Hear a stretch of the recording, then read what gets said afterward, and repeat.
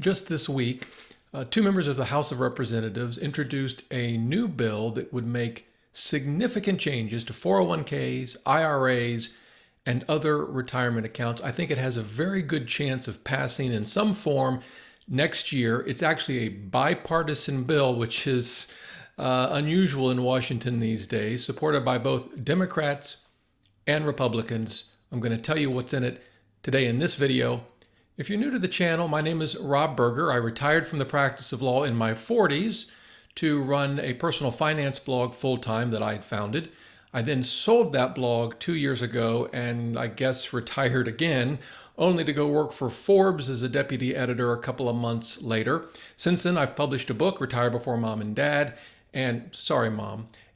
And I now create videos like this one to help you on your journey to financial freedom. So I wrote about the potential changes to our retirement accounts in a Forbes article yesterday. You can see that on the screen now. And I just want to quickly run through several of the more significant changes that I could see coming out of this statute. By the way, here is a summary of the statute, which was released by the House Committee on Ways and Means, the Ways and Means Committee. And I will link to this below the video. I'll also link to my Forbes article so you can check those out. But let's get right to it. The first big change has to do with expanded automatic enrollment. So automatic enrollment into a workplace retirement account like a 401k or 403b has actually been around since 1998. Roughly about half of the plans today use it. The way it works is when you start a new job, with a company that uses this, they will automatically enroll you in their 401k and start taking money out of your paycheck and putting it into your 401k account. Now, you can always ask them to stop at any time. You're not forced to continue in the 401k plan. You can stop it immediately even before any contributions go in. You can also change the amount of the contribution. You don't have to stick with whatever they decide. And that may raise a question, well, if you can change it, why bother with this automatic enrollment stuff? Well, the answer is that studies have shown that with companies that have automatic enrollment, it increases the participation rate among employees and it increases the amount that folks save. And what further, more recent studies have shown is that it helps lower wage employees save money. It helps members of minority groups save more money. And so it's just generally considered a really good policy. And so this new provision would make some changes to the automatic enrollment rules that would expand it. Effectively, what would happen is you would become eligible and they would automatically enroll you with a contribution rate of at least 3% of your pay. Now, again, you can change that if you want, but this is what the automatic enrollment would do. Then it would increase the amount of your contribution by 1% a year until you reach the limit of 10%. So that's the way it would work. It would expand automatic enrollment, which I think would be a good thing for a lot of folks. And again, it doesn't remove any control from you or from me. We can always control the contributions. We can opt out. We can increase them beyond what the automatic enrollment would set it at.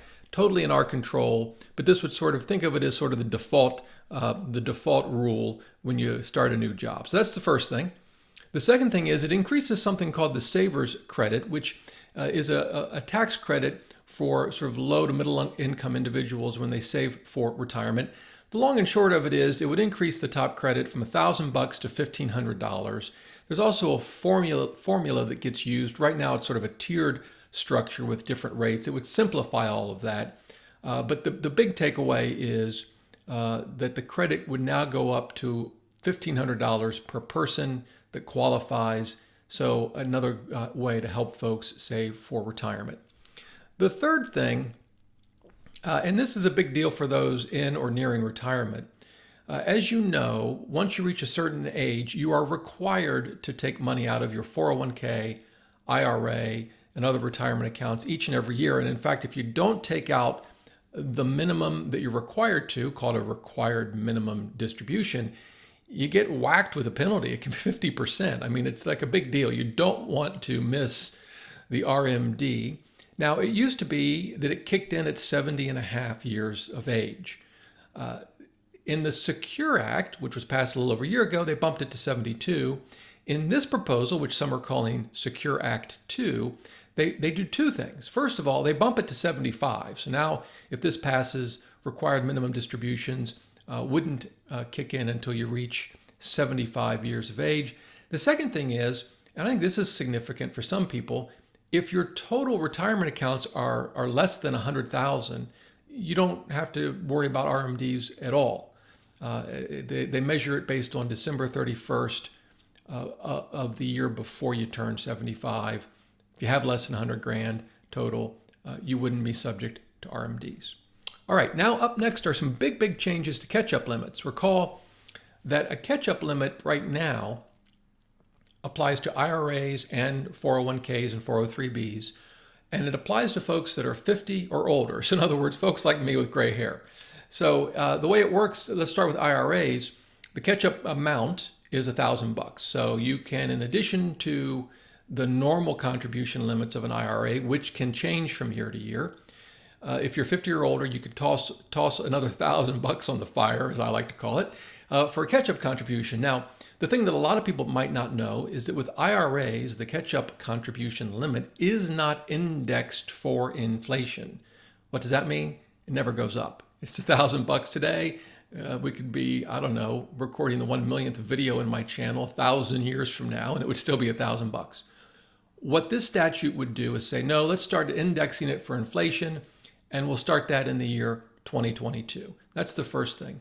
Changes to the 401k and other workplace retirement catch-up contribution limits are a little more significant. Right now, for workplace retirement accounts, the catch-up contribution is $6,500. If you have a simple IRA, I think it's $3 grand. But for 401ks and 403bs, $6,500. And again, that's for folks 50 or older. What the statute would do is say, hey, for those folks that are 60 or older, we're going to bump it up. We're going to bump the $6,500 to 10 grand and the $3,000 for simple IRA plans to $5,000. So the idea is you're now pretty close to traditional retirement. You may need some extra help saving for retirement. The statute says we're going to give you that help by increasing the catch-up limits. Again, these are in addition to the standard retirement contribution limits for 401k in 2020 and 2021 is $19,500. But these increases apply to the catch-up limit. All right, the next big one. Now so far we've talked about things that affect old folks like me, required minimum distributions, catch-up contributions. Now I've got something for you younger folk, and that is a pretty, I think, ingenious plan. And here's the deal. As you probably know, many companies offer matching contributions. So if for every dollar, let's say you contribute to your 401k, many employers will match, say, 50 cents, and there's usually an upper limit. The problem comes when you can't afford to make any contributions. Maybe you're struggling with student loan debts, as so many folks are, and so you're just worried about paying off those student loans. Now, what I've always said is you shouldn't put paying off debt, beyond the minimum payment, of course, ahead of saving and investing for retirement, particularly when your employer matches contributions.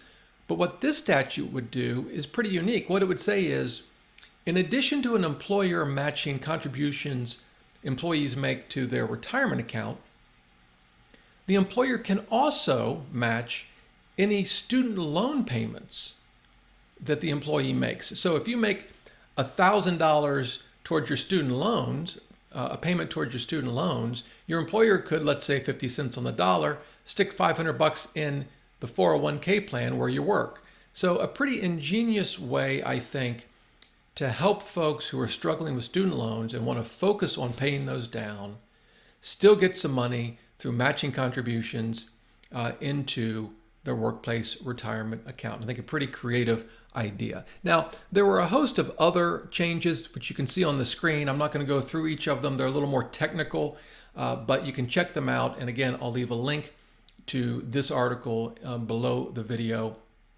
if those items are of use to you. As always, if you have any questions, please leave them in the comments below. I do respond to the comments and questions. And Hope you have a great day. Until next time, remember, the best thing money can buy is financial freedom.